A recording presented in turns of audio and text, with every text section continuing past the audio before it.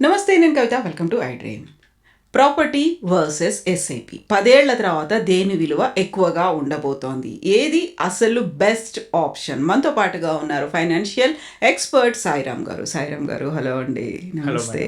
So properties, ఎస్ఐపిలు 10 ఏళ్ల తర్వాత చూసుకోవాలి అంటే ఏం చెప్తారు మీరు? చాలా మందికి ఇప్పుడు ప్రాపర్టీలో ఇన్వెస్ట్ చేయాలా లేదా ఎస్ఐపిలో పెట్టాలని చాలా మంది మధ్యతరగతి కామన్ డౌట్ ఇది. సో ఏమనుకుంటారంటే వడ్డీ రేట్లు పెరుగుతున్నాయి, ఇప్పుడే కొనేస్తే బెటర్ కదా. నెక్స్ట్ ఎస్ఐపి అంటే మార్కెట్లో పెడితే అప్ అండ్ డౌన్ అవ్వచ్చు. సో ఇప్పుడు నా దగ్గర క్యాష్ ఉన్నాయి, ఏది ఇన్వెస్ట్ చేయాలి? సో ఈ డౌట్ అనేది, ఈ భయాలు అనేది చాలా మంది కామన్గా వస్తుంటాయండి. సో ఒకసారి డీటెయిల్గా మనం చూద్దాం. సో ఫస్ట్ అసలు ముందు ప్రాపర్టీ కొంటుంటే ఏంటి, లేదా ఇల్లు కొంటుంటే. సో వీటిని ఏంటంటే ఇది ఒక టాంజిబుల్ అసెట్గా చూస్తారు చాలామంది. టాంజిబుల్ అంటే నేను ఫీల్ అవ్వగలను, నాకు ల్యాండ్ ఉంది లేకపోతే హౌస్ ఉంది, నేను చూడగలను, అక్కడికి వెళ్ళి ఫిజికల్గా కనిపిస్తుంది, నేను అక్కడికి వెళ్ళి అనుభవించగలను దాన్ని. సో ఎవరైతే టాంజిబుల్ వాటిని చూస్తారో చాలా సేఫ్ అని ఫీల్ అవుతారు. అండ్ మెంటల్గా దానికి కొంచెం పీస్ కూడా ఉంటుంది. ఓకే, ఇది నాది, ఎక్కడికి పోదు, ఇదేమి రేపటికి రేపు మారిపోయేది కాదు అనేది ఫీల్ అవుతుంటారు. ఫర్ ఎగ్జాంపుల్ ఒక 10 years బ్యాక్ ఒక 40 lakhs పెట్టి ఒక ఫ్లాట్ కొన్నారు. ఇప్పుడు చూస్తే దాని వాల్యూ అట్లీస్ట్ 1 crore అవ్వచ్చు. అట్లీస్ట్ డబుల్ అయితే అవుతుంది, డబుల్ కన్నా ఎక్కువ అవుతుంది. కాబట్టి 10 years property rates at least 1 crore అనేది అవుతుంది. కానీ చాలామంది మిస్టేక్ చేసే థింగ్ ఏంటంటే దానికి లిక్విడిటీ ఎంత, దాని మీద మనం పెట్టిన ఖర్చు ఎంత, మెయింటెనెన్స్ ఎంత, దాని మీద ఒకవేళ మనం లోన్ తీసుకుంటే పెట్టిన ఇంట్రెస్ట్ కాస్ట్ ఎంత, వీటన్నిటిని కంప్లీట్గా ఇగ్నోర్ చేస్తారు. ప్రాపర్టీ ఏదైనా ఇన్వెస్ట్మెంట్గా చూసుకుంటే కనుక ఈ కాస్ట్లన్నింటినీ మనం యాడ్ చేయాల్సి వస్తుంది. చాలామంది చేసే మిస్టేక్ ఏంటంటే, నేను అప్పుడు ఒక ఇల్లు కొన్నాను ఒక 40 lakhsకి, బట్ అది లోన్లో కొన్నాను, దానికి ఎంత ఇంట్రెస్ట్ కట్టాను, మెయింటెనెన్స్ ఎంత చేశాను. అపార్ట్మెంట్స్లో అయితే మెయింటెనెన్స్ తీసుకుంటాను, ఇండివిజువల్ అయితే ఇంట్లో చిన్న చిన్న మైనర్ రిపేర్స్ ఉండొచ్చు, వీటన్నిటికి ఎంత. నెక్స్ట్ ప్రాపర్టీ ట్యాక్స్ ఎంత కట్టాను, మున్సిపల్ ట్యాక్స్ ఎంత కట్టాను. సో వీటన్నిటిని మనం క్యాలిక్యులేట్ చేసుకోవాలి. వీటన్నిటిని క్యాలిక్యులేట్ చేసిన తర్వాత ఇవన్నీ మైనస్ చేస్తేనే మనకి రిటర్న్ అనేది మనకి తెలుస్తుంది. సో ఎస్ఐపిలు అంటే ఏంటి అసలు యాక్చువల్గా? ఓకే, ఎస్ఐపి అంటే సిస్టమాటిక్ ఇన్వెస్ట్మెంట్ ప్లాన్ అండి. సో ఇది ప్రతి నెల ఒక ఫిక్స్డ్ అమౌంట్, అయితే ఒక 5,000 నెల మనం మ్యూచువల్ ఫండ్లో ఇన్వెస్ట్ చేస్తూ ఉంటే దాన్ని ఎస్ఐపి అంటాం. ఇదేంటంటే మనం ఈ మనీని ఒక కంపెనీలోనే వెళ్ళదు, స్టాక్ మార్కెట్లో. ఒక మ్యూచువల్ ఫండ్ కనీసం 50 నుంచి 70 కంపెనీస్లో ఇన్వెస్ట్ చేస్తుంది. మీరు 5,000 పెడితే 5,000 అనేది 50 నుంచి 70 కంపెనీల షేర్ తీసుకుంటుంది. సో మార్కెట్లో ఒక కంపెనీ పోవచ్చు, బట్ 50 to 70 టాప్ కంపెనీస్ ఒకేసారి అయితే పడవు కదండి. సో మనకేంటంటే డైవర్సిఫైడ్ ఉంటుంది అక్కడ, రిస్క్ అనేది కొంచెం తగ్గుతుంది. ఫర్ ఎగ్జాంపుల్ మీరు కనుక ఒక 5,000 రూపీస్ చొప్పున ఎవ్రీ మంత్ మీరు ఇన్వెస్ట్ చేసుకుంటూ వెళ్తే ఒక 10 yearsలో మీరు 6 lakhs ఇన్వెస్ట్ చేస్తారు. But at the end of the 10th year మీకు 12 to 15 lakhs వస్తాయి, అస్యూమింగ్ ఒక 12% నుంచి 15% రిటర్న్ చూస్తే. సో ఇప్పుడు డైరెక్ట్ కంపారిజన్ కావాలి, SIP investment, property investment. Okay, so property అనగానే చాలామంది ఏంటంటే హైదరాబాద్లో ఉండే ప్రాపర్టీ చూస్తుంటారు. బట్ ప్రాపర్టీ హైదరాబాద్లోనే ఉండాల్సిన అవసరం లేదు కదా, ఎక్కడైనా ఉండొచ్చు. అది ప్రాపర్టీ విలేజ్లో ఉండొచ్చు, ఇట్ కెన్ బి బాంబే, బెంగళూరులో ఉండొచ్చు. బట్ ఇక్కడ ఏంటంటే మనం సింప్లిఫికేషన్ కోసం యావరేజ్ ప్రాపర్టీ రిటర్న్ చూసుకుంటాం. Okay, there are flats in Pune last 10 yearsలో 1% కూడా పెరగనే ఉన్నాయి. ఎందుకంటే మన జూబ్లీ హిల్స్ సైడ్. సో కొనేవాళ్ళు జూబ్లీ హిల్స్కి వెళ్తారా లేకపోతే న్యూ ఫైనాన్షియల్ డిస్ట్రిక్ట్ వైపు వెళ్తారా? సో అటువైపు ఎక్కువ గ్రోత్ ఉంది అంటే వెళ్తున్నారు. సో ఇదేంటంటే ప్రాపర్టీ అనేది ఎప్పుడు ఒకే రేట్ మీద పెరగదు. సో ఒక చోట ఎక్కువ పెరగచ్చు, ఒక చోట తక్కువ పెరగచ్చు. సో ఒక ఎస్టిమేషన్ ఏంటంటే ప్రాపర్టీస్ జనరల్గా 7 to 8 yearsలో డబుల్ అవ్వాలి. ఒక ఎగ్జాంపుల్ ఏంటంటే ఒక 10 years బ్యాక్ ఒక పర్సన్ 40 lakhs పెట్టి ఒక ఫ్లాట్ తీసుకున్నారు. ఆయన డౌన్ పేమెంట్ కింద ఒక 10 lakhs పే చేసాడు. ఇప్పుడు బ్యాంక్ లోన్ అయితే రిమైనింగ్ 30 lakhsకి వెళ్ళాల్సి వస్తుంది. ఇప్పుడు ఏంటంటే ఆఫ్టర్ 10 years ప్రాపర్టీ డబుల్ అయింది అనుకుందాం. సో డబుల్ అయితే కనుక ఒక 40 కాస్త 80 అవుతుంది. నెక్స్ట్ ఆయనకైనా మొత్తం ఖర్చు ఎంత, డౌన్ పేమెంట్ కింద 10 lakhs పెట్టాడు. నెక్స్ట్ ఈఎంఐ ఎంత కట్టాడు, ఆల్మోస్ట్ ఒక 36 lakhs ఈ 10 yearsలో ఈఎంఐ కడతాడు. సో టోటల్ ఎంత, 46 lakhs అయింది. సో ఇప్పుడు ఏంటంటే మన 80 lakhs మైనస్ ఈ 46 lakhs అంటే 34 lakhs అవుతుంది. బట్ ఇంకా ఇందులో ఖర్చులు ఉంటాయి, మెయింటెనెన్స్ కాస్ట్, ఒకవేళ ఇంకా లోపల ఏమైనా అప్గ్రేడేషన్స్ చేసిన చిన్న చిన్న రిపేర్స్ వచ్చిన మనం కట్టే ట్యాక్సులు ఇవన్నీ తగ్గించాల్సి వస్తుంది. బట్ సింప్లిసిటీ పర్పస్ వాటన్నిటిని మనం రిమూవ్ చేస్తాం. సో రిమూవ్ చేసినప్పుడు మనం 80 lakhs ప్రాపర్టీ ఈరోజు 34 lakhs మనకి ప్రాఫిట్ ఇచ్చినట్లు. నెక్స్ట్ ఎస్ఐపి అయితే ఒక పర్సన్ నెల 30,000 ఇన్వెస్ట్ చేశాడు. So 30,000 per month for 10 years invest చేశాడు. 12% రిటర్న్ వచ్చింది, మనకి 70 lakhs వస్తుంది.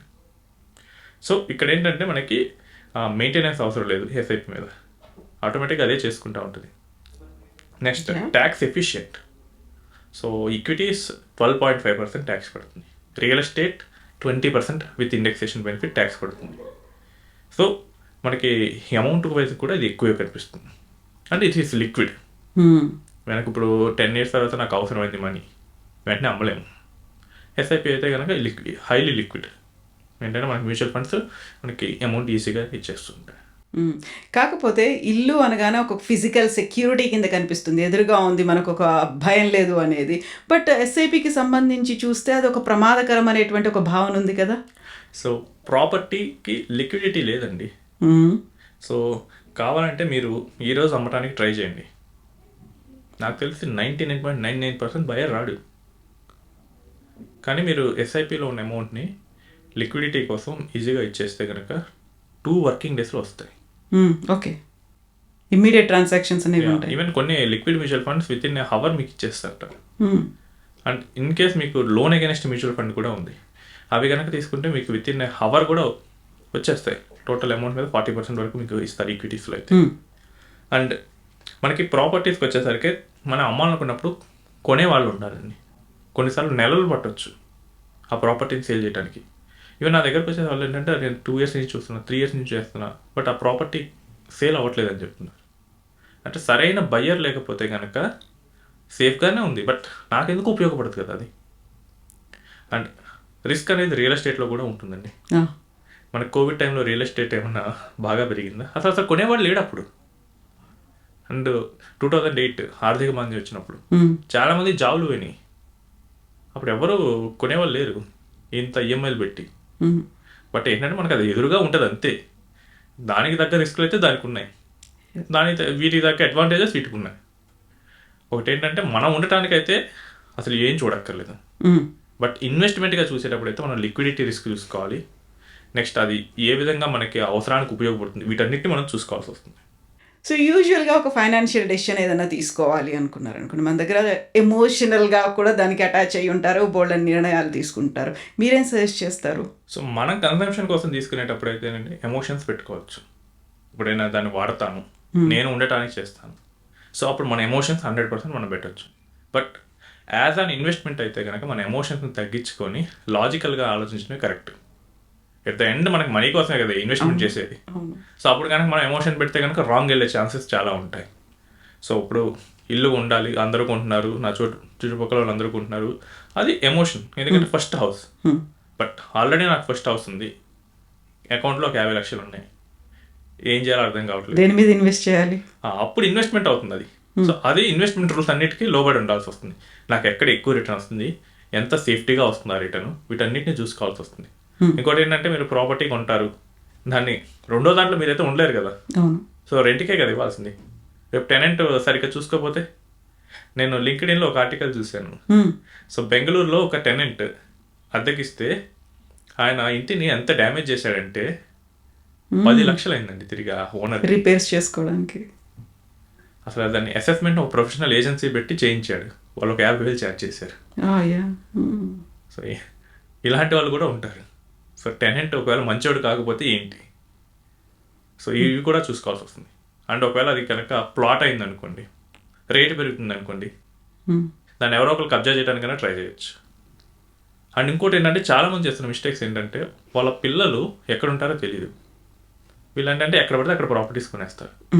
ఇప్పుడు పిల్లలు కనుక ఫారెన్లో కంట్రీస్లో సెటిల్ అయ్యారు, ఇవేంటంటే ప్రాపర్టీస్ బాగా పెరుగుతాయి, లాజికల్గా కాకుండా ఎమోషనల్గా వెళ్ళి కొనేసారు. సో నాకు చాలా ప్రాపర్టీస్ ఉంటే నేను గొప్ప అనిపించుకోండి.